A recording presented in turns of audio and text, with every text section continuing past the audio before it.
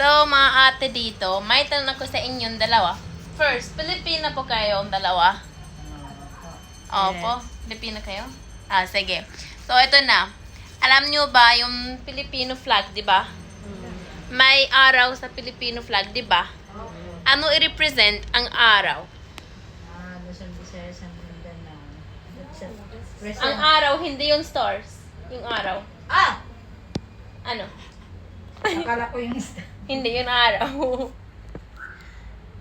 Ano yun, ma'am? Pagsikat. Bangon. Ano yun? Ano yan? Ano? Sabi ng ibang ate, kasi sobrang init sa Pilipinas daw. Hindi po.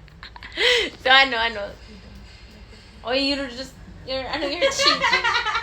Madaya yun. Hindi mo alam ate? Meron naman. Ano? Pabangon daw ang Pilipinas.